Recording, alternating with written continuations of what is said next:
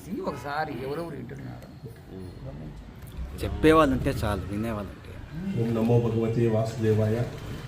మరి మహాభారతము పంచమ వేదంగా ఈరోజు కొనియాడబడుతోంది. ఎందుకంటే వేదాలను అందరూ చదవడానికి వీలు లేదన్నమాట. దానికి తగినటువంటి శాస్త్రము పరిజ్ఞానము ఉండేటువంటి వాళ్ళే చదవాలని చెప్పేసి ఆ విధంగా కొన్ని రూల్స్ ఉన్నాయన్నమాట. అప్పుడు వేదవ్యాసుడు మరి అందరిలోనూ ఆత్మ ఉంది కదా, అందరికీ జ్ఞానం కావాలి కదా, కాబట్టి వేదం కొంతమందికే చదివేటువంటి అవకాశం ఉన్నప్పుడు మిగతా వాళ్ళ పరిస్థితి ఏమి? కాబట్టి ఆ వేదం యొక్క స్వరూపాన్ని మనం అనేక గ్రంథాల్లో ఇవ్వగలిగినట్లయితే వాళ్ళకు కూడా ఆత్మజ్ఞానము, ఆత్మకు సంబంధించినటువంటి స్వస్వరూప జ్ఞానము లభించి వాళ్ళు కూడా మోక్షాన్ని పొందుతారు. ఇప్పుడు ఆర్ట్స్లో ఫస్ట్ ర్యాంక్ వచ్చింది అనుకోండి, MBBS seat year first rank వచ్చింది కదా, ఇవ్వాల్సిందే అంటే ఇయర్ అది ఇచ్చేలేదు. అట్లా ఆర్ట్స్లో ఫస్ట్ ర్యాంక్ వస్తే ఎంబీబీఎస్ సీట్ ఇయర్, సైన్స్లో రావాలి. కాబట్టి నేను ఆ ఫస్ట్ ర్యాంక్ ప్రైమ్ మినిస్టర్ కొడుకైనా ఇవ్వరు, ఎవరైనా కానీ అట్లా అన్నమాట. కానీ వేదాధ్యయనం కలిగినటువంటి వాళ్ళు కూడా మహాభారతం చదివితేనే వేదం అర్థమయ్యారు. అది ట్విస్ట్ పెట్టినాడు మళ్ళీ. మీరు వేదాధ్యయనం చేసేవాళ్ళు కాబట్టి ఒకవేళ మేము వేదమే చదువుకుంటాము అంటే అర్థం కాదండి వాళ్ళకు కూడా. వాళ్ళకి అర్థం కాకున్నప్పుడు మహాభారతం చదవాలండి. అంటే అందరూ మహాభారతం చదవాలని అర్థం. అందరూ మహాభారతము రామాయణం అందరూ కూడా చదవాలా అని చెప్పేసి అక్కడ చెప్పడం అనేటువంటి జరిగిందనమాట. అంటే ఎవరికి స్పెషల్ అనేటువంటిది ఏమీ లేదు. పూర్తిగా నీకు అర్థం కావాలంటే మహాభారతం ద్వారానే అర్థం చేసుకోవాలా అని చెప్పేసి చెప్పడం జరిగింది. మరి ఈరోజు పరమ పుణ్యమైనటువంటి తిథి, ఎందుకంటే త్యాగరాజస్వామి వర్ధంతి. ఈరోజు ఆరాధన వచ్చేవాళ్ళు త్యాగరాజస్వామి వర్ధంతి. ఆయన రామనామాన్ని 96 కోట్ల సార్లు పలికినాడండి. 96 కోట్ల సార్లు త్యాగరాజస్వామి రామనామాన్ని 96 కోట్ల సార్లు పలికినాడంట.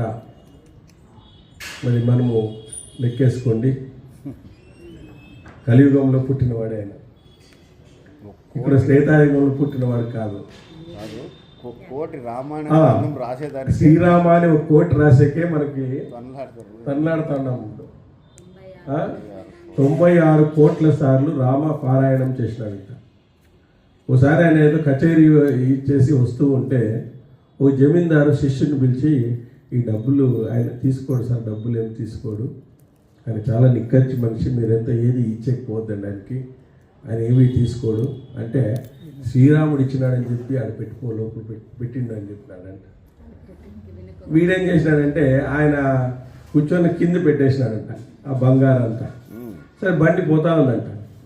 బండి పోతూ ఉంటే దొంగలు వచ్చినారంట. దొంగలు వచ్చి దగ్గరికి పోదామని చూస్తారంట, పోలేకుండా పోతున్నారంట. ఎందుకంటే రామ సాక్షాత్కారం అయింది ఆయనకి. రామ సాక్షాత్కారం అయిపోయింది. దగ్గరికి పోతున్నారంట, కానీ అక్కడ లోపలికి పోయేదానికి అంటే బండి దగ్గరికి పోయేదానికి కూడా కావడం లేదంట వీళ్ళకి. సరే అని చెప్పేసి వాళ్ళు వెళ్ళిపోయినారు. ఇంకా అయ్యలేదురా ఇది కష్టం పోయేది అని చెప్పేసి పోతే మళ్ళీ నెక్స్ట్ డే వచ్చినారంట. అక్కడ పోతూ ఉంటే, స్వామి ఏం స్వామి మీరు అక్కడ బండి మీద కూర్చొని ఉంటే రాముడు లక్ష్మణుడు ధనస్సు పట్టుకొని నిలబడినారు, అదృశ్య రూపంలో నిలబడినారు, మాకు సాక్షాత్కారమైంది, మీరు ఎంత ధన్యులు స్వామి, మేము మిమ్మల్ని దొంగతనం చేసేకి వస్తుంది, మాకు ఇక్కడ బండి దగ్గర కూడా రానిలే, వాళ్ళు రెడీగా ఉన్నారు బాణం వేసేదానికి, మాకు కాపలాగా ఉన్నారు అని చెప్తే అప్పుడు త్యాగరాజస్వామి అంట, మీరేం అదృష్టం చేసుకుంటారా రామలక్ష్మణుల్ని, మీకు ఏమి పుణ్యం ఉందో ఏమో కదా, మీకేం పుణ్యం ఉందో ఏమో, రామలక్ష్మణుల్ని మీరు సాక్షాత్కరించుకున్నారు, మీరు గొప్పవాళ్ళు అయ్యా అని చెప్పేసి మా అట్లా అనమాట. ఆ విధంగా ఆయన చెప్పినాడంట. ఆ విధంగా 24,000 కీర్తనలు రాసినాడు త్యాగరాజస్వామి. 24,000 కీర్తనలు రాసినాడు.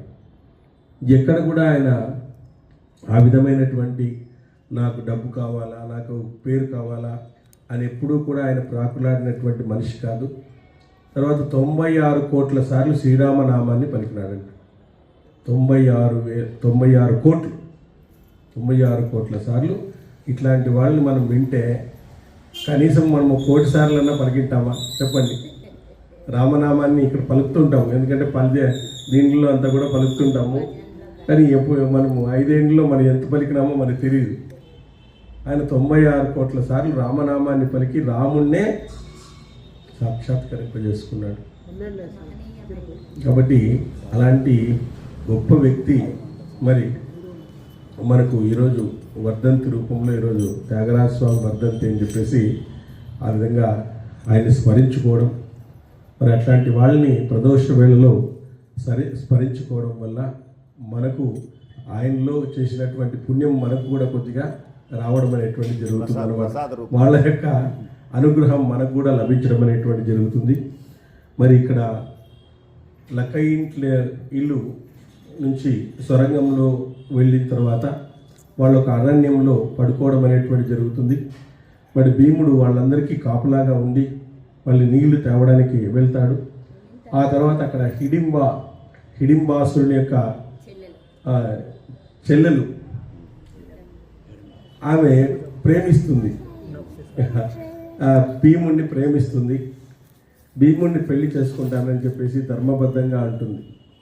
అంటే మనము ఈ కథ నుంచి మనం ఏం నేర్చుకోవాలంటే, ఉపాధి ఏదైనప్పటికీ కూడా, ఉపాధి రాక్షస ఉపాధి అయినప్పటికీ కూడా మరి అక్కడ ధర్మంగా నేను ప్రేమిస్తున్నాను, నీ దగ్గర నీవు నాకు భర్తవి కావాలి, నాకు నీ రూపంలో ఒక కొడుకును ప్రసాదించాలి, ఆ విధంగా కావాలని చెప్పేసి ఆమె ఏ ఉపాధి అయినప్పటికీ కూడా ధర్మబద్ధంగా కోరుకునింది. అది ధార్మికమా మరి కామవాంఛన అది మనకు కాదు. కానీ రాక్షస స్త్రీ అయినప్పటికీ కూడా భీముని యొక్క అందచందాలను చూసి ఆమె వరించిందనమాట. కానీ భీముడు ఆమెను నమ్మలేదు. ఆమెను చంపడానికి ప్రయత్నం చేస్తాడు. ఇప్పుడు భీముడు హిడింబను వధించుట, ఆమె అనేక రకాలైనటువంటి ధర్మ కార్యక్రమాలను భీముడు హిడింబను వధించుట, హిడింబాసురుడు అదే హిడింబిని వధించుటానంది అది చూడాల. కాబట్టి మనుష్యభక్షకుడు హిడింబుడు తన చేయి పైకెత్తి కోపంతో శత్రుమర్దనుడైనటువంటి భీమసేను వీధికి దూసుకుని వచ్చినాడు. అలా వేగంగా వస్తున్న హిడింబుని అంటే ఆయనే ఉన్నట్టున్నాడు. హిడింబుని చేతిని భయంకరమైన పరాక్రమం గల భీమసేనుడు నవ్వుతూ హేళగా పట్టుకున్నాడు.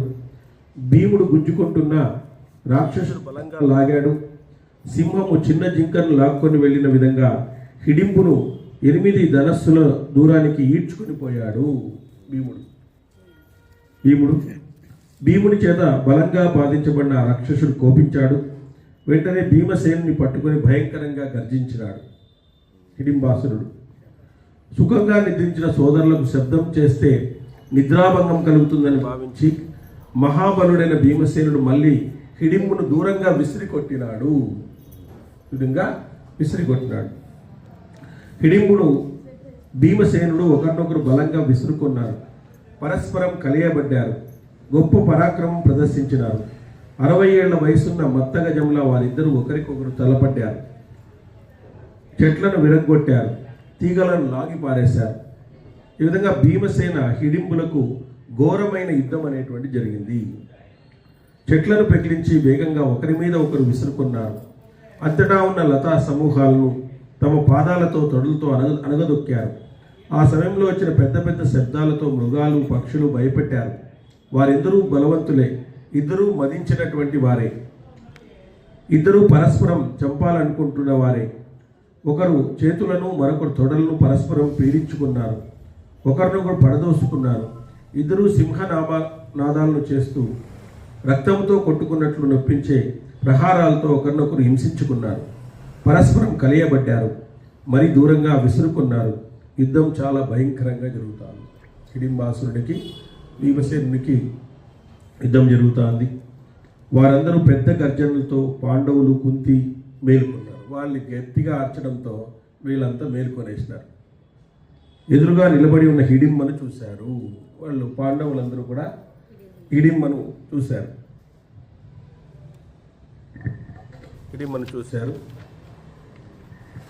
పిదప కుంతి హిడింబ యొక్క అందచందాలను చూసి మిక్కిలి ఆశ్చర్యపడి మెత్తగా అనునయ స్వరంతో తీయని మాటలతో ఆమెతో ఇలా అంది. దేవకన్య, నీవెవరి పిల్లవు? సుందరి, నువ్వు ఎవరైతే నువ్వు ఏ పని మీద ఇక్కడికి వచ్చావు? ఆమె కూడా వచ్చింది. ఆమె చెల్లెలు వచ్చింది. అంటే హిడింబ యొక్క మానవాతీతమైనటువంటి రూప సంపదను చూసి ఆశ్చర్యపోయినారంట వాళ్ళు. అంటే ఆమె వేరే రూపం దాల్చింది. రాక్షసిగా ఉండేటువంటి ఆమె మానవ రూపము ధరించింది అనమాట. కామరూపం ధరించింది. ధరించిన తర్వాత కుంతి హిడింబ యొక్క అందచందాలను చూసి మిక్కిలి ఆశ్చర్యపడి మెల్లగా అనునయపూర్వకంగా తీయని మాటలతో ఆమెతో ఇలా అంది. దేవకన్య, నువ్వు ఎవరి పిల్లవు అసలుకి? సుందరి, నువ్వు ఎవరు? నువ్వు ఏ పని మీద ఇక్కడికి వచ్చావు? ఎక్కడి నుంచి వచ్చావు? ఎవరు మీరు అసలుకి అని అడిగింది అనమాట. నువ్వు ఈ వనదేవతవా, అప్సరసవా? ఇక్కడ ఎందుకుంటున్నావు అంతా నాకు వివరించు. హిడింబ అంది. ఎదురుగా నల్లని పెద్ద మేఘంలా కనిపిస్తున్న ఈ వనం హిడింబుడనే రాక్షసునికి నాకు నివాస స్థానము. ఇక్కడ వనం కనిపిస్తుంది కదా, ఈ వనము హిడింబుడనేటువంటి రాక్షసునికి నాకు నివాస స్థానం. మాదిదే ఇల్లు, పూర్తిగా మా ఇల్లే ఇది. అమ్మ, నేను హిడింబ రాక్షసుని సోదరిని. పూజ్యురాల, నిన్ను పుత్ర సహితంగా చంపాలని భావించిన సోదరుని ఆజ్ఞతో నేను మీ వద్దకు వచ్చినాను. ఫస్ట్ మిమ్మల్ని చంపమని ఆయన ఆదేశించినాడు. బాగా చంపి వండి తీసుకొని రా అని చెప్పేసి ఆ విధంగా చెప్పినాడు. మీ వద్దకు వచ్చాను. క్రూర బుద్ధి అయినటువంటి హిడింబును మాటలతో ఇచ్చటకు వచ్చిన నేను బంగారు కాంతితో వెలిగిపోతున్న నీ కుమారుని మహాబలుని చూశాను. అంటే భీమసేనుని చూసినాను నేను. ఎట్లున్నాడు ఆయన అంటే బంగారు కాంతితో వెలిగిపోతున్నాడు అనమాట. ఎవరు? భీమసేనుడు. శుభాంగి, నేను సమస్త ప్రాణుల హృదయాంతరాల్లో తిరుగాడే మన్మథుని చేత ప్రేరేపించబడి నీ కుమారునికి వశమైపోయినాను. ఈ కుమారుడు అంటే నేను ఇప్పుడు ప్రేమిస్తున్నాను. ఆ విధంగా ఈ కారణంగా మహాబలుడైన నీ కుమారుని భర్తగా వరించాను. ఇచ్చట దూరంగా తీసుకోవడానికి ప్రయత్నం చేశాను, కానీ నీ పుత్రుడు అంగీకరించలేదు. భీమసేనుతో చెప్పింది, నేను వరిస్తున్నాను, మనం ఇద్దరూ వెళ్ళిపోదాం రా ఇక్కడి నుంచి, వీళ్ళు ఏమన్నా అయిపోయి అని చెప్పేసి అడిగాను. కానీ మీ కుమారుడు అందుకు ఒప్పుకోలేదు. తర్వాత నేను చాలా ఆలస్యం చేస్తున్నాం చూసి నరభక్షకుడైన మా అన్న ఇక్కడకు వచ్చి మీ కుమారులు సంహరించాలని చూశాడు. నేను లేటుగా పోయింది చూసి, ఎక్కడ పోయింది అమ్మ? పోయినాయమ్మ అక్కడే పోయింది అని చెప్పేసి మా అన్నగారు అయినటువంటి హిడింబాసురుడు వచ్చాడు. ఈ హిడింబును నా ప్రియుడు, నీ కుమారుడు బుద్ధిశాలి మహాత్ముడైనటువంటి భీముడు బలత్కారంగా దూరానికి తీసుకెళ్లాడు. వాళ్ళిద్దరి మధ్య యుద్ధం జరిగింది. యుద్ధంలో పరాక్రమిస్తున్న ఈ నర రాక్షసులను చూడు, గర్జించుకుంటూ మహావేగంతో ఒకరినొకరు విసురుకుంటున్నారు. వీళ్ళిద్దరు చూడు ఎట్లా పోరాడుతున్నారో, ఒకరినొకరు కొట్టుకుంటున్నారు, ఒకరికొకరు విసురుకుంటూ ఉన్నారు, ఆ చెట్లను లాగేస్తున్నారు. భయంకరమైనటువంటి యుద్ధం జరుగుతుంది. హిడింబాసురునికి మీ కుమారుడైనటువంటి భీమునికి జరుగుతుంది. రాజా, ఆమె మాటలు విన్న వెంటనే యుధిష్ఠిరుడు, అర్జునుడు, నకుల సహదేవులు ఒక్క ఉదుటున పైకి లేచారు. ఒకరితో మరొకరు కలుస్తూ పడదోసుకుంటూ మహాబలుడైన సింహాల్లో పోరాడుతూ జయాన్ని కోరుకుంటున్న భీమ హిడింబలను మిగిలిన పాండవులను చూశారు. మిగిలిన పాండవులంతా ఆ యుద్ధాన్ని ఒకసారి చూశారు, ఏం జరుగుతుంది అక్కడ అని చెప్పి. వారిద్దరూ ఒకరొకరు గట్టిగా ఒడిసి పట్టుకున్నారు. మళ్ళీ ఒకరినొకరు దూరంగా విసురుకుంటున్నారు. ఆ విద్య విన్యాసాల వల్ల లేచిన ధూళి అరణ్యంలో దావాగ్నిలాగా పొగలాగా వ్యాపించి ఉంది. వాళ్ళు ఆ శరీర రాపిడికే అగ్ని దహిస్తూ ఉంది, అగ్ని లేస్తూ ఉందన్నమాట. అగ్ని లేచి ఆ చెట్లన్నీ అంటుకొని విపరీతమైనటువంటి పొగ దావాగ్నిలాగా అదంతా కూడా అడవిలో ఉందన్నమాట. పర్వతాకారులు సరితులు ఈ భీమ హిడింబలు మంచుతో కప్పబడిన ప్రకాశ పర్వతాలలాగా ప్రకాశిస్తాయి. ఏదో రెండు మంచు పర్వతాలు ఏమైనా కొట్టుకుంటున్నాయేమో అట్లా పొగలేసిందంట. ఆ విధంగా వాళ్ళిద్దరు కొట్లాడుకుంటున్నారు. ఆ తర్వాత నేను చాలా ఆలస్యం చేయడం చూసి ఆ విధంగా చూసినారు. రాక్షసునిచే బాధించబడిన భీమసేను చూసి మెల్లగా నవ్వుతూ అర్జునుడు ఇలా అన్నాడు, మహాబాహు భీమసేన, నువ్వు భయపడవద్దు. నువ్వు భయంకరుడైన రాక్షసుతో యుద్ధం చేస్తున్నావని అలసట చెందవని ఇంతవరకు మేము తెలుసుకోలేకుండా పోయినాము. నువ్వు ఎప్పుడు అలసట చెందడం అనేటువంటిది ఉండదు. ఎందుకు అలసట చెందడం అనేటువంటిది ఉండదు? ఎందుకంటే రామునికి కూడా బల అతిబల విద్యలు నేర్పించినాడు విశ్వామిత్రుడు. వాళ్ళు అలసట కానీ ఆకలి కానీ ఉండదు. వాళ్ళు ఎంతసేపైనా యుద్ధం చేయగలరు. అదేవిధంగా భీమునికి కూడా అలాంటి విద్యలు ఉన్నాయి. అలాంటి విద్యలు వచ్చినాయి. బల అతిబల అనేటువంటి విద్యలు రావడం అనేటువంటి జరిగింది. భీమా, నేను నీకు సహాయంగా వచ్చాను. ఈ రాక్షసుని నేను సంహరిస్తాను. నకుల సహదేవులు అమ్మని రక్షిస్తారు. అమ్మని రక్షించేస్తారు. నేను వీడిని సంహరిస్తాను అంటున్నాడు. అర్జున, నువ్వు కంగారు పడవద్దు, ఉదాసీనంగా ఉండు. నా బాహుల మధ్య పడిన ఈ రాక్షసుడు ఎంత మాత్రము జీవించి ఉండలేడు. నా బాహుల మధ్యలో పడిపోయినాడు వీడు. ఇంకెంత మాత్రము జీవించడానికి అవకాశం లేదు. వీడు పట్టుకునేసినాడు. కాబట్టి నువ్వు ఉదాసీనంగా ఉండు, నువ్వేమి పెద్దగా టెన్షన్ తీసుకోవద్దు అని చెప్పేసినాడు. అర్జునుడు అన్నాడు, భీమసేన, వీడు పాపాత్ముడు, రాక్షసుడు. వీడు చాలాసేపు బ్రతకరాదు. శత్రుమర్దన మనం ప్రయాణం కొనసాగించవలసి ఉంది. ఇక్కడే చాలా కాలం ఉండిపోవడం తగని పని. భీమ, తూర్పు దిక్కు ఎర్రబడుతోంది. పూర్వ సంధ్యాకాలం ప్రారంభమవుతోంది. భయంకరమైన ముహూర్తంలో రాక్షసుల బలం పెరుగుతుంది. సాయంత్రం పూట్ల వీళ్ళకి బలం బాగా పెరుగుతుంది. ఆ నైట్ టైం అయితే ఈ రాక్షస గుణాలు విజృంభిస్తూ ఉంటాయి. ఎందుకంటే మనకు కూడా అంతే, సాయంత్రం అయితేనే ఈ రాక్షస గుణాలు విజృంభిస్తాయి. కాబట్టి ఆ ప్రదోష కాలంలో భగవంతుణ్ణి పట్టుకోవాలా అని చెప్తుంది శాస్త్రం. ఎందుకంటే రాత్రి అయ్యే కొద్దీ ఇప్పుడు రాత్రి పూట్ల 12 గంటలప్పుడు తినేది, 2 గంటలప్పుడు తినేది. ఇప్పుడు యూత్ అంతా ఎట్లా తయారైపోయినారంటే వాళ్ళకు ఒక వేళ లేదు, వాళ్ళకు ఒక ఇది లేదు, ఎంజాయ్మెంట్ అనేది. దాన్ని మన యొక్క బాడీ క్లాక్ ఉంటుందన్నమాట. ఆ బాడీ క్లాక్ అంతా కూడా ఈరోజు ఏమైపోతుంది, చేంజ్ అయిపోయి వాళ్ళకు విపరీతమైన రోగాలు వస్తున్నాయి. వాళ్ళకి అర్థం కాలేదు. ఆ బాడీ క్లాక్ అనేటువంటిది ఆ టైంలోనే మనం తినాలా. అవి చాలా జాగ్రత్తగా ఉండాలి. పొద్దున్న లేస్తేనే టిఫిన్ చేయాలి, ఖచ్చితంగా చేయాలి 8 గంటలకి. ఎందుకంటే రాత్రి ఎప్పుడో 9 గంటలకు తింటే ఒక 12 అవర్స్ ఖాళీ ఉంటుంది అది పొట్ట. కాబట్టి ఫస్ట్ పొద్దున్నే టిఫిన్ చేయాలి, లేకుంటే గ్యాస్ ఫామ్ అవుతుంది. కాబట్టి ఎక్కువ తినాలి, టిఫిన్ కూడా ఎక్కువ తినాలి, తక్కువ కాదు. మళ్ళీ మధ్యాహ్నం భోజనం, దాంట్లో మళ్ళీ 1/4 నైట్ తినాలి. ఇంతే, 1/4 తినాలి. మధ్యాహ్నం తిన్న దాంట్లో 1/4, పొద్దున్న తిన్న దాంట్లో హాఫ్ తినాల, మళ్ళీ దాంట్లో హాఫ్ రాత్రి తినాల. ఇది నైట్ తక్కువ అన్నమాట. తక్కువ తింటే అంత మంచిది. సో ఏదన్నా కానీ, కాబట్టి అది మన బాడీ డైజెస్ట్ చేసుకుంటుంది. ఇప్పుడు ఏమంటారు, ఇష్టానుసారం ఎక్కడ చిక్తే తినేది. ఈ విధంగా తినడం వల్ల ఏమైపోతుందంటే బాడీ క్లాక్ అనేది ఇదైపోయి వాళ్ళకి అనేకమైనటువంటి రోగాలు. ఇప్పటికీ చాలా మందికి సాఫ్ట్వేర్లో చూసుకుంటే రోగాలు, విపరీతమైన ఆయాసం పోయి ఉండేది, విపరీతమైనటువంటి ప్రెషర్ ఉండేది. ఒక ఎక్సర్సైజ్ చేయరు, ఒక యోగాసనాలు చేయరు, ఏమీ చేయరు. అట్లా తయారైపోయినారు ఈరోజు యూత్ అనేటువంటి వాళ్ళు. ఆ డబ్బు మాయలో పడిపోయినారు, ఆ ఫాస్ట్ ఫుడ్స్ తినేస్తున్నారు. వాళ్ళ లైఫ్ స్పాన్ అంతా కూడా తగ్గిపోతారు. రాక్షస గుణాలు ఈవినింగ్ అయితేనే మనము ప్రదోష వేళలో భగవాన్ నామస్మరణ చేయాలి. ముందు కాలంలో ప్రతి ఇంట్లో కూడా సాయంత్రం 6 అయితేనే దీపం ముట్టించి అందరూ కూర్చొని శ్లోకాలు ఏదైనా చెప్పుకోవడము ఉండేదన్నమాట. ఈరోజు 6 గంటలకు ఆయన సీరియల్ వస్తుంది, బయటకు వెళ్ళిపోయింటాడు. పిల్లలు హోంవర్క్ అని రాస్తా అంటారు. ట్యూషన్ పిల్లలు అయిపోయి మదర్ కేర్ ఉండదు. నాకు సీరియల్ వస్తుంది, మధ్యాహ్నమే చేసి పెట్టేది, చల్లగా అన్నం చేసి పెట్టేది, రాత్రికి అదే వడ్డించేది. చలికాలంలో అంత హాట్ ఉండాల, అది వడ్డించదు. సీరియలే ముఖ్యము మనకి, వేరే ఏం లేదు. దాంట్లో ఏమన్నా మంచి అన్నం ఉంది అంటే అదేం తెలిసలేదు. దాంట్లో ఉండేటువంటి మానవ సంబంధాలన్నీ కూడా అన్నీ నాశనం చేసేటువంటి సంబంధాలు అందులో ఉన్నాయి. అందుకే సాయంత్రం ఈ రూట్లోకి చాలా మంది మరి వస్తారు. కాబట్టి మనము ఇక్కడ పోతున్నాము, మనం బుద్ధిజీవులమా లేదా మనం ఏం జీవులం అసలు చెప్పండి? మనకు బుద్ధి ఉందే అనిపిస్తుంది ఒకసారి.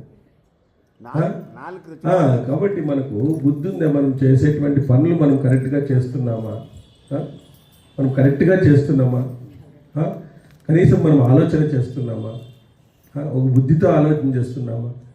మరి ఈ బుద్ధితో మనం ఆలోచన చేయకుండా మనం చేసుకోవడం వల్ల మన అనారోగ్యం పాలవుతున్నాము. దాన్ని ఎవరు చూస్తారు ఈరోజు చెప్పండి? అనారోగ్యం పాలైతే ఎవరు చూసేవాళ్ళు లేరు. నువ్వు డబ్బులు ఇచ్చినా కూడా చూసేవాళ్ళు లేరు. అట్లయిపోయింది ఇప్పుడు కాలం.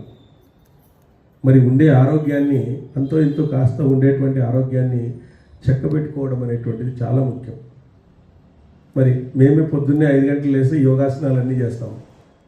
అన్నీ యోగాసనాలన్నీ చేసి చేస్తా అంటే ఈ రకంగా ఉండగలుగుతాను. మీరు ఇట్లా కూర్చోండగలుగుతున్నాం. లేకుంటే నేను ఎప్పుడో చైర్ వేసుకోవాల్సిందే, చైర్మన్ కావాల్సిందే, చైర్మన్ కావాల్సిందే. అంతే కదా, చైర్మన్ లేక. కాబట్టి చైర్మన్లు కావాల్సిందే మేము. ఇంకా ఏమో పర్వాలేదు, భగవంతుడు మనకి ఇచ్చినాడు. ఇంకా కింద కూర్చొని చెప్పే అలవాటు ఒక 2 గంటలైనా కూర్చోగలుగుతాం అన్నమాట. కాబట్టి అట్లా అయిపోయినాం.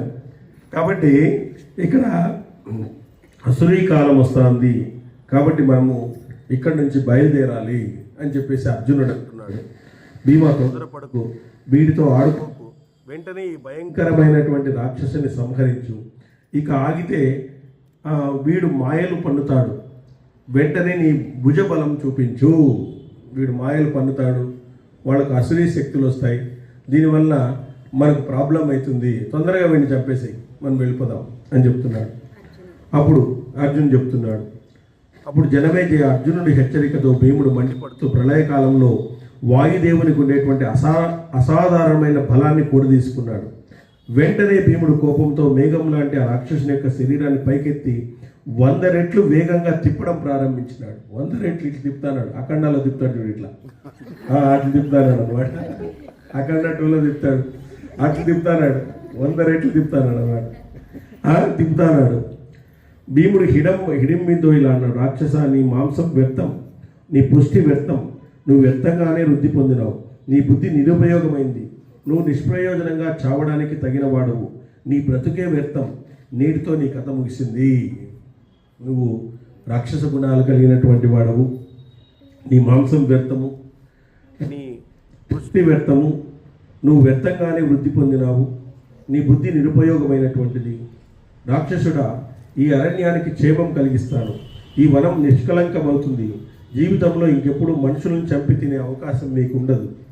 నిన్నే చంపేస్తున్నాను కాబట్టి నువ్వు మనుషులు తినే అవకాశం ఇంకా ఉండదు అని చెప్పినాడు. అర్జునుడు ఇలా అన్నాడు. భీమసేన, ఈ రాక్షసుని యుద్ధంలో చంపడము నీకు కష్టం అనిపిస్తే చెప్పు, నేను నీకు సహాయపడతాను. వీడిని మాత్రం ఆలస్యం చేయకుండా చెప్పు. నువ్వు ఎక్కువ మాటలతో పెట్టొద్దు అని, ఇంకా వాడిని మొదట చంపేసే, లేదా నీకు కాలేదా నన్ను అడుగు, నేను చెప్పేస్తాను. రెడీగా ఉన్నాను నేను. కాబట్టి నేను రెడీగా ఉన్నాను. రుకోదర, సహాయం ఎందుకు, నేను వాటిని సంహరిస్తాను. ఇంతవరకు చాలా శ్రమించావు, నువ్వు విశ్రాంతి పొందు. నువ్వు కూర్చోబోయా కొద్దిసేపు, చాలాసేపు వాడితో పోరాడుతాను, కొద్దిసేపు విశ్రాంతి పొందు, నేను వాడిని చంపేస్తాను అంటున్నాడు. ఎవరు? అర్జునుడు. రుకోదర అంటే భీముడు. జనమేజయ అర్జునుని మాటలు విన్న భీమసేనుడు మిక్కిలి కోపించి హిడింబను బలంగా భూమి మీద కొట్టి పిండి పిండి చేసి పశువుని చంపినట్టు చంపేశాడు. ఇంకా ఆయన కోపం వచ్చేసింది. ప్రతిసారి అడుగుతా అంటే సహాయం అని తీసుకొని కొట్టి పారేసినాడు అనమాట. భూమికి ఇడ్చినాడు. పిండి విసిరి కొట్టి పిండి చేసి పశువుని చంపినట్టు చంపేసినాడు. భీమసేనుడి చేతి చంపబడుతున్న హిడింబుడు పొలికేక పెట్టాడు. నీటితో తడిసిన దుండుబి మోగినట్లు కేక వనమంతా వినిపించింది. మహానుభావుడు భీమసేనుడు హిడింబను 2 బావులతో బంధించి మధ్య విరిచి పాండవులకు ఆనందాన్ని కలిగించినాడు. పాండవులంతా ఆనందించినారు. వాళ్ళందరూ కూడా హిడింబ చనిపోవడం చూసి చురుకైన పాండవులు శత్రునాశనుడు పురుషశ్రేష్ఠుడైన భీమసేనుని పరిపరి విధాలుగా ప్రశంసించినారు. మహాత్ముడు, భయంకర పరాక్రమవంతుడు ఆయన భీమసేనుని పూజించి అర్జునుడు భీమసేనుతో మళ్ళీ ఇలా అన్నాడు. భీమా, ఈ అరణ్యానికి చాలా దగ్గరలో నగరం ఏదో ఉన్నట్టుంది. మనకు శుభం జరగాలి, మనం వెంటనే ఇక్కడి నుంచి వెళ్ళిపోదాం. సుయోధనునికి మన జాడ తెలియరాదు, సుయోధనునికి మనం బ్రతికున్నట్లుగా తెలియకూడదు. కాబట్టి ఇక్కడ దగ్గర ఏదో పట్టణం ఉన్నట్లుంది, నగరం, ఆ నగరంలోకి వెళ్ళిపోదాం మనం. మహారథులు పాండవులందరూ అలాగే చేద్దామని పురుష శ్రేష్ఠులనే పాండవుల తల్లితో బయలుదేరినారు. వెంట హిడింబ కూడా వచ్చింది, వెంట విడింబ కూడా వచ్చిందంట. వాళ్ళంట ఈమె వస్తానే ఉన్నాయమ్మ. జనమేజయ హిడింబను సోదరి హిడింబ మాట్లాడకుండా పాండవులను శీఘ్రంగా అనుసరించడం ప్రారంభించింది. వారిని సమీపించింది. మిగిలిన వారిని గౌరవిస్తూ భీమసేనునితో ఇలా అంది. ఆ హిడింబ ఇలా అంది, నేను మిమ్మల్ని చూసినప్పటి నుంచి మన్మథుడు నాలో వశమైనాడు. మన్మథుడు క్రూరమైన సోదరుని మాటను కాదని మిమ్మల్ని అనుసరిస్తున్నాను. అతి భయంకరమైన రాక్షసునిపై మీరు చేసిన పరాక్రమాన్ని చూశాను. నేను మిమ్మల్ని మీ శరీరాన్ని సేవిస్తాను. భీమసేనుడు అన్నాడు, హిడింబ, రాక్షసులు మోహాన్ని కలిగించే మాయతో ప్రవర్తిస్తారు. అయితే వారి మనసుల్లో వైరం ఎప్పటికీ మాసిపోదు. కనుక నువ్వు కూడా నీ అన్నగారి మార్గాన్ని అనుసరించడం మంచిది.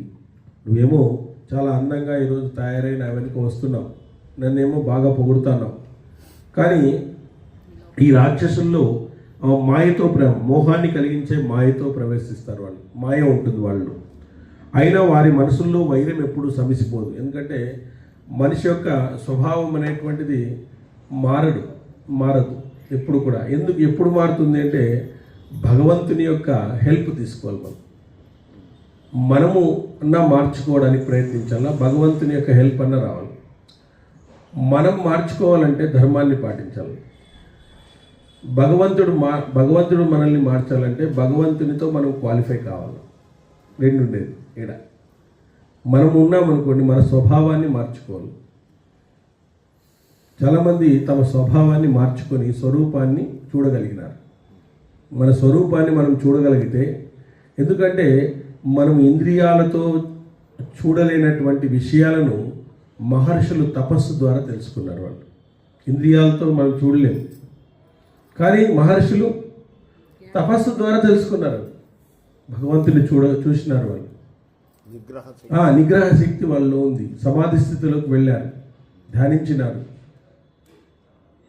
కాబట్టి ఆ విధంగా తపస్సులకు ఆ విధమైనటువంటి శక్తి ఉంటుంది. మనం ఇంద్రియాలతో చూడలేము, కానీ వాళ్ళు చూడగలుగుతారు. రామకృష్ణ పరమహంస ఉన్నాడు. రామకృష్ణ పరమహంస దగ్గర మాట్లాడక ముందు వివేకానందుడు, మాట్లాడిన తర్వాత వివేకానందుడు, డిఫరెన్స్ ఉంది. కాబట్టి ఆ విధంగా వాళ్ళిద్దరి మధ్యలో గురువు దగ్గరికి పోయినప్పుడు ఆయన చేసినటువంటి అనుగ్రహం, ఆయన రామకృష్ణ పరమహంస వస్తాడు అనేటప్పటికీ ఆయన మనసులోనే ఊహించినాడు. రామకృష్ణ పరమహంస ఇప్పుడు వస్తాడు, ఇతను నేను అనుగ్రహం భాషణ చేయాలని. కాబట్టి గురువులు ఆ విధంగా కనుక్కుంటారు. అతను తొడ మీద కూర్చుంటే వైబ్రేషన్ వచ్చేసిందట వివేకానందునికి. నేను కూర్చోలేను ఇంకా అని చెప్పేసి కిందకి దిగేసినాడు ఆయన. అంత వైబ్రేషన్ ఉంటుందన్నమాట వాళ్ళు. అట్లాంటి వైబ్రేషను కలిగించినాడు రామకృష్ణ పరమహంస. భగవంతుని సాక్షాత్కరింపజేసినాడు శిష్యునికి. భగవంతునికి సాక్షాత్కరింపజేసినాడు. స్వామి, ఆయన అడిగినటువంటి మాట ఏమిటంటే, నేను భగవంతుని గురించి పుస్తకాల్లో చదివినాను, భగవంతుని గురించి చెప్పేవాళ్ళను చూసినాను, కానీ భగవంతుని చూసిన వాళ్ళు ఎవరైనా ఉన్నారా, అది నా క్వశ్చన్ అన్నాడు. అప్పుడు రామకృష్ణ పరమహంస, భగవంతుణ్ణి నిన్ను ఎలా చూస్తున్నానో, ఈ గోడను ఎలా చూస్తున్నానో అలా స్పష్టంగా చూస్తున్నాను నేను. అమ్మవారేం మా అత్త కూతురేం కాదు, నువ్వు ధ్యానిస్తే నీకు కూడా కనబడుతుంది. ఆయన మా అత్త కూతురు కాదు, నాకే కనబడేది. నువ్వు ధ్యానిస్తే నీకు కూడా కనపడుతుంది అన్నాడు. నేను చెప్పినట్లు చెయ్యి, ఒక 6 నెలలు సాధన చెయ్యి, అమ్మవారు నీకు కనబడుతుంది. 6 నెలలు సాధన చేసినాడు. కానీ సాధన చేసినప్పుడు ఏం అడగాలనుకున్నాడంటే, వాళ్ళ ఇంట్లో మాకు 2 చెల్లెళ్ళు ఉన్నారు, పెళ్లి కాలేదు, ఎట్లన్నా నాకు అంత ఐశ్వర్యం ఇవ్వాలని అడగాలనుకున్నాడంటే అమ్మవారిని. సో అమ్మవారు ఒకరోజు ప్రత్యక్షమైపోయింది ఆయనకి. ప్రత్యక్షమైపోతే ఆ రూపాన్ని చూస్తూనే ఏం అడగాలో మర్చిపోయినాడు ఆయన. ఏం అడగాలో మర్చిపోయినాడు, ఆ రూపాన్ని చూడలేకుండా పోయినాడు ఆయన. అప్పుడు నీకు నరేంద్రుడు అనేటువంటి పేరు ఉంది, ఇప్పుడు నీకు వివేకము ఆనందము ఉండాలి, రెండూ ఉండాలి, కాబట్టి నువ్వు వివేకానందుడిగా ప్రసిద్ధి చెందిపో అని చెప్పేసి వరమిచ్చేసింది. ఏమయ్యా కోరుకుంటువా అంటే, లేదు స్వామి ఏం అడగాలన్నా నాకు అర్థం కాలేదని. భగవంతుడు కనపడితే మనకి ఏం అడగాలో అర్థం కాదు. నీకు ఎవడన్నా ప్రైమ్ మినిస్టర్ కనపడి ఏం కావాలో కోరుకుంటే మనకి సడన్గా ఏం అర్థం కాదు, అట్లుంటుంది అనమాట. నువ్వు భగవంతుడే అమ్మవారే కనపడితే అట్లా అనమాట. సో ఆ విధంగా ఆమెను అమ్మవారే దీవించింది, అతన్ని దీవించింది, సమస్త శక్తులు ఇచ్చింది. మరి అంత ఇదిగా మాట్లాడగలిగి ప్రపంచంలో అంతమందిని మనము మొత్తము యూరప్ దేశాలన్నింటినీ కూడా గజగజలాడించినాడు. క్రిస్టియన్ దేశాలన్నింటినీ కూడా వాళ్ళు ఇతని వెనుక పరిగెత్తి వచ్చేసినారు అందరూ కూడా. అసలు ఆయన ఉపన్యాసం అంత my dear brothers and sisters అంటూనే అక్కడ ఉండేటువంటి వాళ్ళంతా తన్మయత్వం అయిపోయినారు. అసలు మనకు కూడా ప్రవచనం చేస్తూ ఒక సెకండ్, ఒక 2-3 నిమిషాలు ఆగిపోయినాడు. ఎంత స్తంభించి ఊరికి చూస్తాడంట. ఏమైంది, ఎందుకు ఆపేసినావు అంటే అక్కడ మా గురువు చనిపోయినాడు అన్నాడు. చూడండి, ఆ పరిశోధనలో అతన్ని నమ్మడానికి, ఆ దేశాలన్నీ నమ్మడానికి కారణం ఏమైందంటే, ఈడుండి అతని గురువు చనిపోయిన టైం టేబుల్తో సహా చెప్పగలిగినట్టు ఈయన ఎంత మేధావి అని అప్పుడు ఆయన మరణాన్ని కూడా చెప్పినాడు. వివేకానందుడు తన మరణాన్ని కూడా శిష్యులకు చెప్పినాడు. ఈ టైంలో చనిపోతారని, సహస్రారం నుంచి పోయింది ఆయనకి మరణం. అది సహస్రారం ఉంటుంది ఇక్కడ నుంచి పోతే వాళ్ళు డైరెక్ట్గా మోక్షంకి వెళ్ళిపోతారు. సో అట్లా అద్భుతమైనటువంటి మరి గురు శిష్యుల సంబంధం అది. మరి అది అందరూ వాళ్ళు దైవం సమ్ముతులు కాబట్టి ఈ విధంగా ఈమె చూసింది. ఆ మోహంలో ఉంటారు మీరు. మరి కనుక నువ్వు కూడా అన్నగారి మార్గాన్ని అనుసరించమ్మా, నువ్వేం ప్రాబ్లం లేదు, నువ్వు సెకండ్ హిడింబాగా అయిపో, నువ్వు కూడా హిడింబాసురుడుగా మారిపో అని చెప్పేసి చెప్తున్నాడు. యుధిష్ఠిరుడు అన్నాడు, పురుషశ్రేష్ఠ భీమసేన, ఎంత కోపం ఉన్న స్త్రీని చంపవద్దు. పాండవ శరీర రక్షణం కంటే ధర్మరక్షణ ముఖ్యము. పాండవ శరీర రక్షణం కంటే ధర్మరక్షణ ముఖ్యము. చూడండి, మనకు భారతంలో చెప్పేటువంటి మన శరీర రక్షణ కంటే ధర్మరక్షణే ముఖ్యం. మనం శరీరాన్ని రక్షించుకోవడానికి ఏం చేస్తున్నాం? ఈరోజు అనేక రకాలైనటువంటి అక్రమాలను పాటుపడుతున్నాం. అక్రమాల వల్ల ఏమవుతుంది? శరీరం రోగాలమయమవుతుంది, రోగాలమయమైపోతుంది. ఈరోజు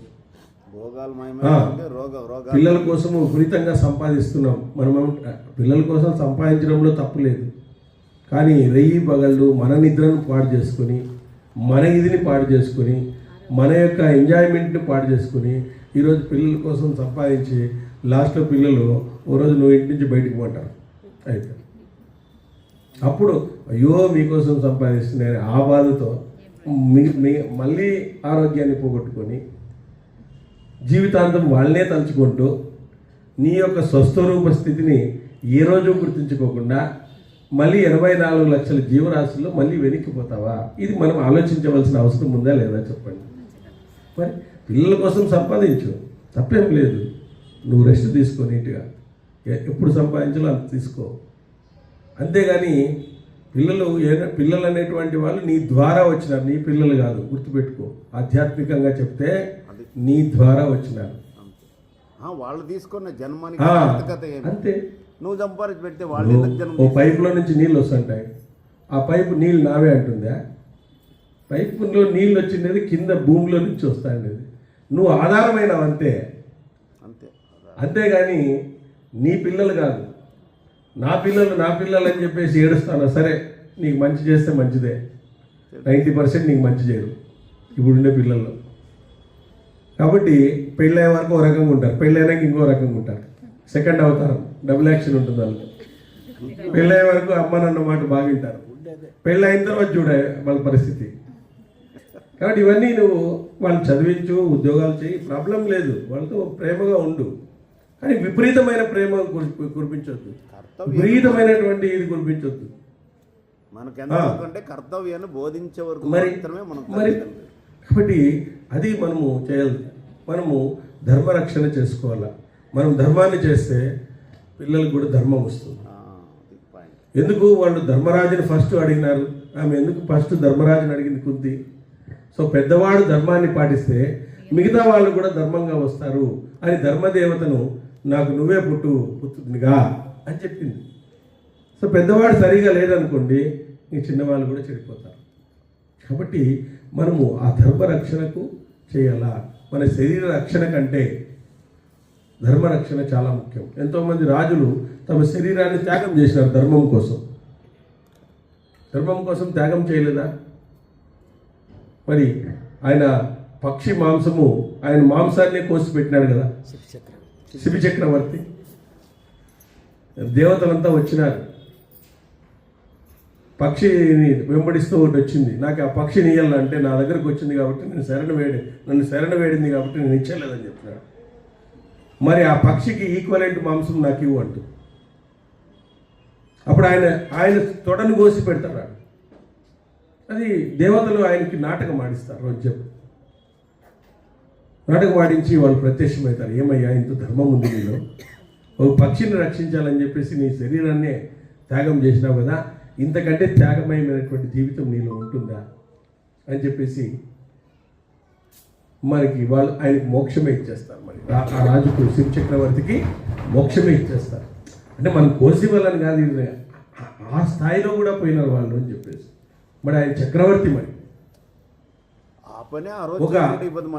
మరి ఒక పక్షిని రక్షించాలని, ఒక పావురాన్ని రక్షించాలని ఆయన, పావురం నా దగ్గరకు వచ్చింది రక్షించమని, రక్షించాల్సిన బాధ్యత నాది అని చెప్పేసి అంతకు ఈక్వలెంట్ చర్మాన్ని ఆయన కోసి పెడతాడు. కాబట్టి అంత త్యాగమై ఆ జీవితాన్ని అనుభవించినటువంటి వాళ్ళు ఎవరు? వాళ్ళు మామూలు వ్యక్తులేం కాదు, మళ్ళీ పెద్ద చక్రవర్తులు. వాళ్ళు పెద్ద చక్రవర్తులు అనమాట. సో అట్లాంటి ముందు ఏమి ఇది ఉంటుంది చెప్పండి. కాబట్టి ధర్మరక్షణ అనేటువంటిది ముఖ్యం. చెప్పడానికి వస్తున్న మహాబలిని ఇడింపుని నువ్వు చంపావు. అతని సోదరి ఈమె కోపం వస్తే మరలా నేను చేయగలదు. రాజా వెంటనే హిడింబను చేతులు జోడించి కుంతికి యుధిష్ఠిరునికి నమస్కరిస్తూ ఇలా పలికింది. పూజ్యురాల, శ్రీ అనంబుని వల్ల ఎంత దుఃఖిస్తారో నీకు తెలుసు శుభాంగి. భీమసేను మీద ప్రేమతో నాకు అలాంటి దుఃఖం ఏర్పడింది. ఈ మహా దుఃఖాన్ని సరైన సమయం కోసం ఎదురు చూస్తూ సహించాను. ఆ శుభతరుణం ఇప్పుడు వచ్చింది. నాకు శుభం లభించే కాలం వచ్చింది అనుకుంటాను. నేను స్నేహితులను, స్వధర్మాన్ని, నా వారిని విడిచిపెట్టి వచ్చాను. పవిత్రులారా, నీ పుత్రుణ్ణి, నీ పురుష శ్రేష్ఠుణ్ణి భర్తగా వరించేసినాను. నాది ఎంత దుఃఖం ఉంది తెలుసా? నా అన్నను మీరు చంపినారు, అయినా నేను భరించి మీ వెంట వచ్చినాను. స్త్రీలు అణువుని వలన ఎంత దుఃఖిస్తారో నీకు తెలుసు. భీమసేను మీద ప్రేమతో నాకు ఆ విధంగా ఏర్పడింది. యశస్వి, ఈ వీరుని చేత, నీ చేత నేను తిరస్కరించబడితే నేను జీవించలేను. ఆమె ఉపాధి ఏదైనా కూడా ఆమె ధర్మంగా మాట్లాడుతుంది, అది ముఖ్యం. రాక్షస ఉపాధిలో ఉంది, ధర్మం మాట్లాడతాను. కాబట్టి ఇది ముమ్మాటికి నిజం. వరవర్తిని, నువ్వు నా విషయంలో దయ చూపాలి.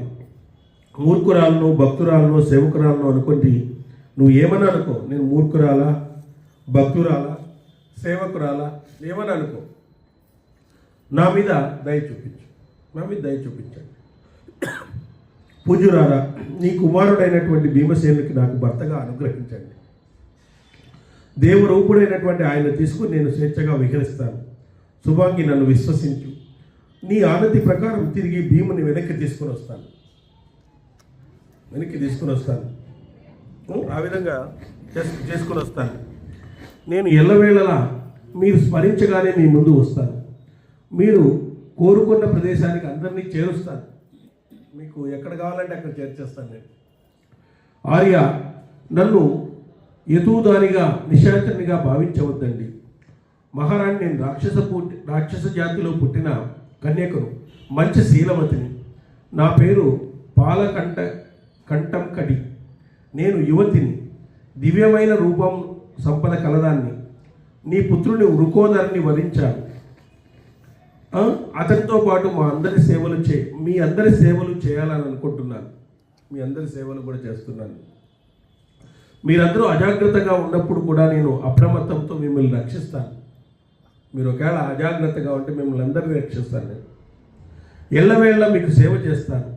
మీరు దుర్గమ ప్రదేశాల్లో ఎత్తుపల్లాల్లో శీఘ్రంగా ప్రయాణించుకోవాలనుకున్నప్పుడు మిమ్మల్ని అందరినీ మోసుకుపోతాను. నాకు అంత బలం ఉంది. మీరు అనుగ్రహించండి, భీమసేనుని అంగీకరింపచేయండి. మీరు అనుగ్రహించండి, భీమసేనునికి మీరందరూ చెప్పండి నన్ను పెళ్లి చేసుకోమని అని చెప్పేసి ఆమె అనేక రకాలుగా చెప్తాను. వేడుకుంటాను.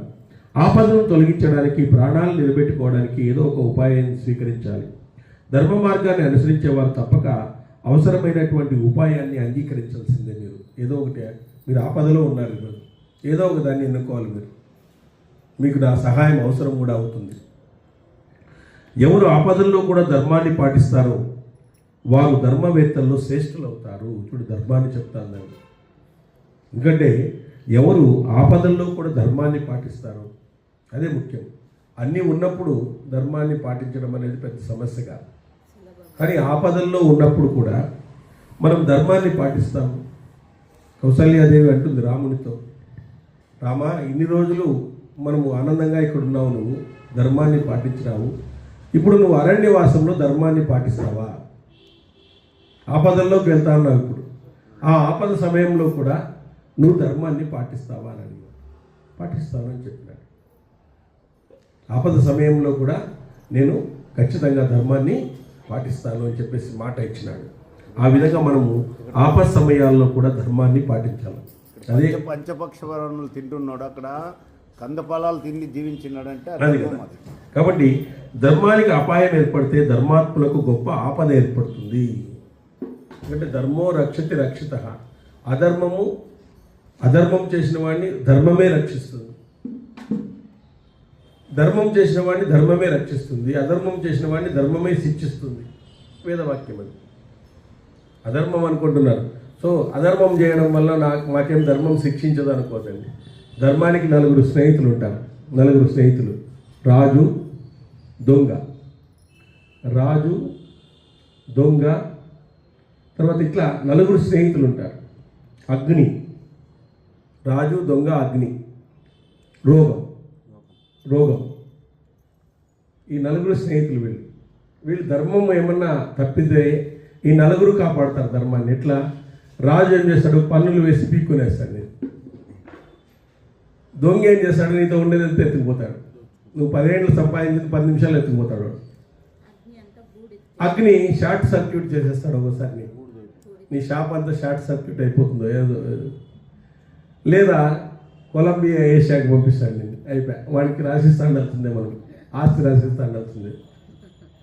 రోగం ఇచ్చేస్తాడు ఒకటి, ఇంక పో, అయిపోయా. దాంట్లో లోపలికి పోయినావంటే బయటకు వచ్చేది కష్టం. నువ్వు అయిపోయా, ఐసీయూలోకి పోతావు, ఇంక డబ్బులు కట్టాల్సిందే ఊరికే. కాబట్టి రోగం ఇచ్చేస్తారు. ఇట్లా 4 ఉంటారు వీళ్ళు. ఈ 4 కూడా ధర్మానికి వెన్నుదన్నుగా ఉంటారు. వీళ్ళంతా కూడా వెన్నుదన్నుగా ఉంటారు. మరి నిన్న వరకు అధ్యక్షుడిగా ఉండగా ఆయన రాత్రికి ఓడిచ్చేసి అమెరికా వాళ్ళు జైల్లోకి వేసినారు. ఏమయ్యాడు? వెనుజులాలో రాత్రికే అమెరికా వాళ్ళు బాంబులు వేసేసి లోపలికి పట్టుకుని వచ్చినారు వాడిని. మరి పేపర్లో చూస్తున్నాం కదా. మరి కాబట్టి ఏం జరుగుతుందో తెలియదు. కాబట్టి ఈ ధర్మానికి మనం అనుగుణంగానే వెళ్ళాలా అని చెప్తారనమాట. కాబట్టి మీరు ఏ విధంగా చేసుకున్న పుణ్యమే ప్రాణాన్ని కాపాడుతుంది కనుక పుణ్యం ప్రాణదం అని వచ్చింది. ధర్మ సాధనకు అనుసరించే ఉపాయం ఏదైనా దాన్ని అనుసరించాలి, దాన్ని నిందించరాదు. ధర్మ సాధనకు ఏదైతే ఉందో దాన్ని మనం అనుసరించాలి. ధర్మం చేస్తే ఏమొస్తుంది, నీకేమైంది, ఏమైనా వచ్చిందా అనేది ఇట్లాంటివన్నీ చెప్తుంటారు. సో అదంతా కూడా నీకు ధర్మం అనేటువంటిది నువ్వు ఇచ్చేస్తే అది పంట పండడం లాంటిది అనమాట. పంట లేటుగా పండుతుంది. నిదానంగా మనము దాన్ని అంతా కలుపు తీయాలి, మళ్ళీ విత్తనాలు వేయాలి, విత్తనాలు వచ్చిన తర్వాత దాన్ని రక్షించాలి, తర్వాత మనకు పంట వస్తుంది. అది ధర్మం అంటే. అధర్మం ఎట్లుంటుందంట, ఇంటికి మంటుకున్న మంట లాంటిదంట. ఇంటికి అంటుకున్న మంట లాంటిదంట అధర్మం. మరి ఇంటికి అంటుకునేందంటే నేను కాల్చేస్తానే కదా, ఇమ్మీడియట్గా కాల్చేస్తుంది.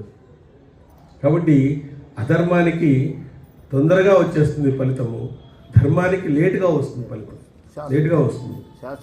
కాబట్టి మనము ధర్మాన్ని నిందించరాదు. ఏం ధర్మంగా ఉండి ఆయన ఏం చేసినాడు, ఈయన ఏం చేసినాడు అంటారు. ఆయనకు పుణ్యలోకాలు వచ్చిండొచ్చు. ఆయన ధర్మంగా చేసి చచ్చిపోయిన పాయంత ఏం చేసిపోయాయన అంటారు. ఆయనకు పుణ్యలోకమే వచ్చిండొచ్చు. నీకు తెలుసా ఏమన్నా? మరి ఎగసక్యంగా మాట్లాడకూడదు. ఎందుకంటే మహాభారతం అంతా కూడా ధర్మం మీదనే ఆధారపడింది. ఎతో ధర్మ తతో కృష్ణ, ఎతో కృష్ణ తతో జయ. మరి ధర్మం అనేది ఆకర్షణ లాంటిది అనమాట. ఎవరైతే ధర్మాన్ని పాటించాలంటుందో అది ఆకర్షణ కలిగించి పట్టుకుంటుందంట, వాడు ధర్మాత్ముడిని పట్టుకునేస్తుందంట. కృష్ణుడు అంటే ఆకర్షణ కలిగించినటువంటి వాడు. మరి కృష్ణుడు ఎందుకు ఆ విధంగా ఆకర్షించినాడు? ధర్మాన్ని పాండవులు పట్టుకున్నారు కాబట్టే కృష్ణుడిని ఆకర్షించినారు వాళ్ళు. కృష్ణుడు దగ్గరున్నా కూడా దుర్యోధను పట్టుకోలేకుండా పోయినాడు. నాకు ఇన్ని అశోభులు సైన్యం ఇచ్చేసే, నువ్వు ఎక్కడన్నా పో అన్నాడు. కానీ ఆ దుర్యోధనుడు చాలా తెలివిగా కోరుకున్నాడు. స్వామి నువ్వు ఒకటి ఉంటే చాలు, ఏమన్నా పట్టాయి. దుర్యోధనుడు అది అర్జునుడు, నువ్వు ఒకటి ఉంటే చాలు స్వామి, ఇంకెవరన్నా ఎక్కడన్నా పోన్లే అని చెప్పేసి. ఈ 10,000 మంది అదే కదా. కాబట్టి ఆ విధంగా ధర్మం అనేటువంటిది అంత విస్తారంగా మనకు వివరించినటువంటి గ్రంథము ఇదనమాట. కాబట్టి అలా చేస్తే మనం ధర్మాన్ని నిందించినట్లు అవుతుంది అని చెప్పేసి చెప్పడం అనేటువంటి జరిగింది. యదక్షర పదభ్రష్టం మాత్రాహీనం తద్భవే తస్సర్యం క్షమ్యతాదేవ నారాయణ నమోస్తుతే. ఎక్కడ ఉంది సార్? ఇక్కడ వరకు ఏం చెప్తున్నారు సార్? అది ఒకసారి గుర్తుపెట్టుకోండి.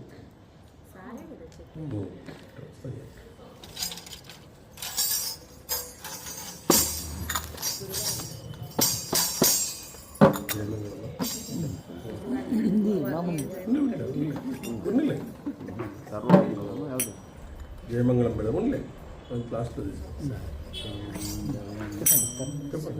సర్వమంగళ రామ సీతారామ రామ సర్వ వినుతా శాంతిదాత రామ రామ సర్వమంగళ రామ సీతారామ రామ సర్వ వినుతా శాంతిదాత రామ రామ మనస్సులోని మాయా బాబు రామ రామ మనస్సులోని మోముతో రామ రామ సర్వమంగళ రామ సీతా రామ రామ సర్వ వినుతా శాంతిదాత రామ రామ నీవు నేను వేదా బుద్ధి మాపి మాలో నిలోపమాని జ్ఞాన సిద్ధి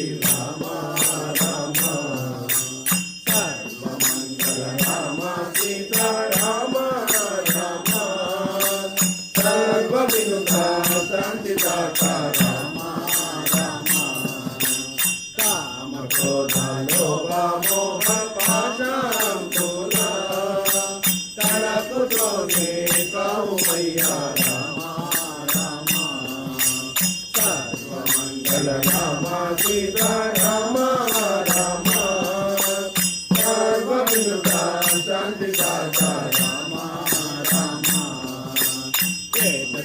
పురవాస సీతా రామ రామ లోకేశ భవరూప విలాస కోదండ రామ లోకేశ భవరూప విలాస కోదండ రామ సర్వమంగళ రామ సీతా రామ రామ సర్వ వినుతా శాంతిదాత రామ రామ రామకృష్ణ గోవింద నారాయణ రామకృష్ణ గోవింద నారాయణ ప్రేమించ